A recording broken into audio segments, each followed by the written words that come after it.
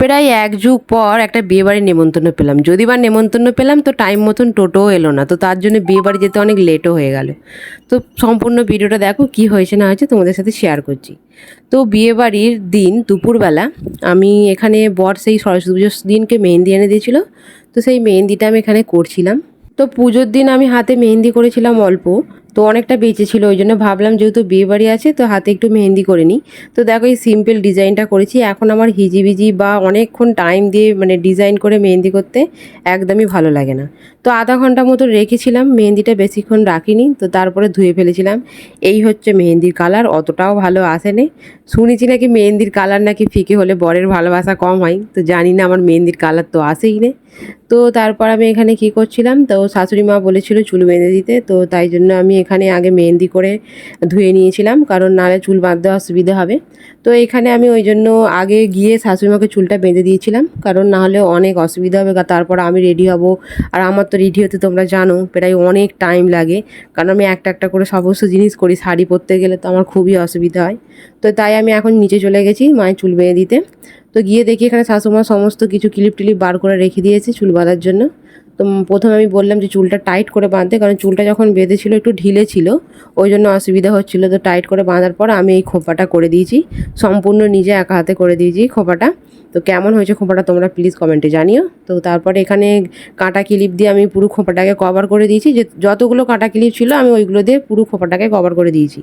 তো তারপর আমি ওখানে মায়ের চুল বেঁধে আমি চলে এসেছিলাম নিচে রেডি হতে। তো প্রথমেই আমাকে এখানে হেয়ার স্টাইল করতে হবে, মানে আমি ভাবছিলাম খোঁপা করব, যেহেতু আমি শাড়ি পরবো আট পৌরে স্টাইলে, তো আমি ভাবলাম যে খোঁপাটাই করি।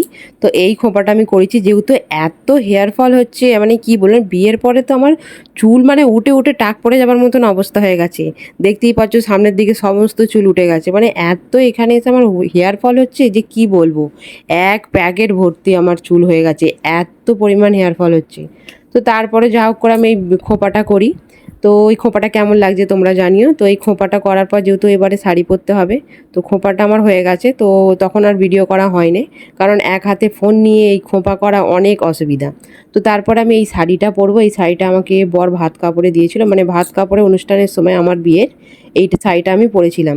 তো আজকে এই শাড়িটাই পরবো, আর এইটা আমার বোনজির জন্মদিনের দিন এই শাড়িটা পরেছিলাম, আমি দুবার পরেছি, তারপরে এই আজকে পরবো শাড়িটা। তো এই শাড়িটা আমার খুবই ভালো লাগে। তো চলো এবার শাড়িটা পরে নিই। তো দেখো এখানে আমার শাড়ি পরা হয়ে গেছে, এটাও নিজে নিজেই পরেছি ইউটিউব দেখে।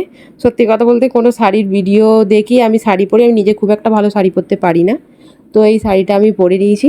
তো শাড়ি পরতে পরতে আমি এখানে মেকআপ করে নিচ্ছিলাম, নাহলে অনেকটা দেরি হয়ে যাবে। তো অলমোস্ট সন্ধে হয়ে গেছিলো, 6টা সাড়ে 6টা বেজে গেছিলো। আর এই হচ্ছে আমার ফাইনাল লুক, সমস্ত জুয়েলারি পরে নিয়েছি আর ফুল রেডি হয়ে গেছি। বর তখনও আসেনি, বর এলে আমি মাথায় একটু ফুল লাগাবো, ওকে বলেছিলাম আসার সময় একটু ফুল নিয়ে আসতে। তো আমি পুরোপুরি নিজে একা রেডি হয়ে গেছি, যেমন পেরেছি যতটুকু জানি সেরমভাবেই সেজেছি, ঠিক আছে। তো তারপর আমি এখানে ভাবছিলাম ও কখন আসবে, তো ওকে রেডি হয়ে ফোন করছিলাম। তো তারপরে এসে গেছিলো, তো আমি তারপরে চুলে খোঁপাটা মানে ফুল লাগিয়ে নিয়েছিলাম মনে হয়। তো ওকে বললাম একটু হেল্প করতে, তো ও তো কিছুই পারবে না। তো আমি নিজে নিজে একদিকে মানে আয়না রেখে, পেছন দিকে বড় আয়না ছিল, তো এরকম করে আমি ফুলটা লাগিয়ে নিয়েছি। তো কেমন লাগছে আমাকে তোমরা কমেন্টে জানিও। কিন্তু রেডি হয়ে বসেছিলাম তখনও টোটো আসেনি। হ্যাঁ, তো টোটো আসেনি বলে আমাদের বিয়েবাড়ি যেতে অনেক দেরি হয়ে গেছিলো। তো এখানে দেখো শাশুড়ি মা দাঁড়িয়ে আছে রেডি হয়ে, টোটোওয়ালাকে ফোন করছে কিন্তু তখনও আসেনি। তো প্রথমে বললো যে বর দিয়ে আসবে এক একজন করে, তো প্রথমে বললাম যে মাকে দিয়ে আসো, তারপরে আমি বসে আছি ঘরে, যে তুমি তারপর আমাকে এসে নিয়ে যাবে। কিন্তু তারপরে দেখি টোটো এখানে চলে এসেছিলো। তো শাশুড়ি মা ডাকছিল যে হ্যাঁ টোটো চলে এসেছে, কারণ টোটো কাকু আর একটা অন্য জায়গায় ভাড়া গেছিলো, তো ওই জন্য দেরি হয়ে গেছিলো। তো এখানে বাড়ি থেকে আমরা বেরিয়ে পড়েছি যাবো বলে। তো দুজন মিলে বেরিয়ে পড়েছি, বর আমার স্কুটিটা নিয়ে যাচ্ছিলো বিয়েবাড়ি। তো এখানে আমরা টোটোতে উঠে পড়েছি বিয়েবাড়ি যাওয়ার জন্য। তো ওকে বললাম যে টোটো যেখানে খালি যাচ্ছে তুমি আমাদের সাথে চলে চলো, উনি বাবু যাবেন না, উনি স্কুটি করেই যাবে, জানি না কি হয় ওর, মানে মাঝে মাঝে আমি বুঝতে পারি না। ও আবার এটাও বললো যদি আমাকে টোটো করে যেতে হয় আমি বিয়েবাড়ি যাবো না। তো তার থেকে বাবা তুমি বিয়েবাড়ি চলো, তুমি আমার স্কুটিটা নিয়েই যাও। তো স্কুটিটা নিয়ে রেখে দিয়েছে। তো তারপর আমরা দেখো বিয়েবাড়ি এখানে চলে এসেছি। তো এসে একটু ভিডিও তো করতেই হবে সবাইকার। তো এখানে আমার শ্বশুরমশাই নেই, কারণ আজ যে বিয়ে বাড়িটা এসেছি এটা হচ্ছে আমার শ্বশুরমশাইয়ের বন্ধুর ছেলের বিয়ে। তো শ্বশুরমশাই এখানে নেই, পরে আসবেন। তো আমরা এখানে এসে প্রথমে যা যা স্টলে বসেছিল অল্প অল্প কিছু খেয়ে নিয়েছিলাম। তো ওইগুলো এখানে বসেছিল মোমো, ফুচকা, মকটেল, কফি, পকোড়া, জিলিপি। তো স্টলের খাবারগুলো আমরা খেয়ে চলে গেছিলাম একদম মেন কোর্সে, কারণ রাত্রি হয়ে গেছিলো, তখন মোটামুটি 10টা বেজে গেছিলো, ওই জন্য আর লেট করিনি। তো একদম মাথার ওপরে ফ্যান চলছে সেরম জায়গা দেখে আমরা এখানে বসে পড়েছি। তো আমরা 3জনই এখানে বসে পড়েছি, যেহেতু বললাম শ্বশুরমশাই লেটে আসবে, বন্ধুর ছেলের বিয়ে বলে কথা। তো এখানে আমার বর আগে মেনু কার্ড ফোকাস করছিল যে মেনু কার্ডে কী কী আছে। তো তারপরে অ্যাজ ইউজুয়াল যেটা আমরা করি, বিয়েবাড়ি গেলে ভিডিও করছি, ফটো তুলছি।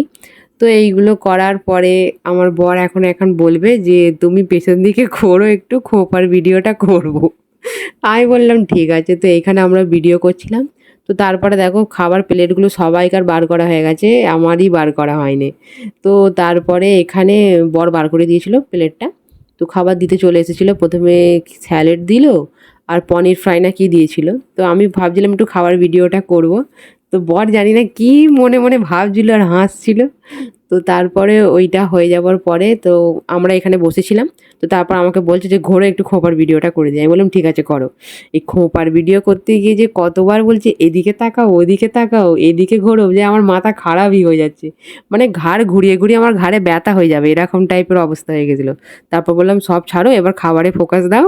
তো ওখান থেকে আমরা খাবার খেয়ে, খাবারের কোনো ভিডিও নেই, মানে খাবারটা যে দিয়ে গেছে ওটারও ভিডিও করার টাইম পাইনি। তো খাবার খেয়ে আমরা বেরিয়ে পড়েছিলাম বাড়ি যাওয়া বলে। তো বেরোবার পথে আমরা এখানে গেটের সামনে একটু ভিডিও ফটো করে নিয়েছি। তারপরে আমরা বাড়ি চলে এসেছিলাম। তারপরে আমাকে এখানে বাড়ি দিয়ে গেছিলো, এখানেও সেম গন্ডগোল হয়েছে।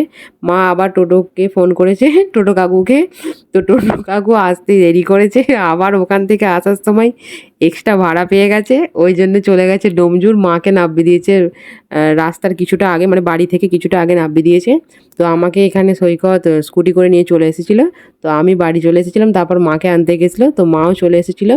তো তারপর আমি দেখো এখানে সব জুয়েলারি খুলে ফেলেছিলাম, কারণ মেকআপ রিমুভ করতে হবে, নাহলে মুখটা পুরো 12টা বেজে যাবে। তো এখানে আমি সমস্ত মেকআপ রিমুভ করবো এখন, তারপরে ক্রিম টিরিম মেখে শোবো। তো চুলটা খুলেছি যখন পুরো শাকচুন্নি লাগছে আমাকে, শাকচুন্নির মতন মানে লাগছে চুলটা খোলার পরে আমাকে।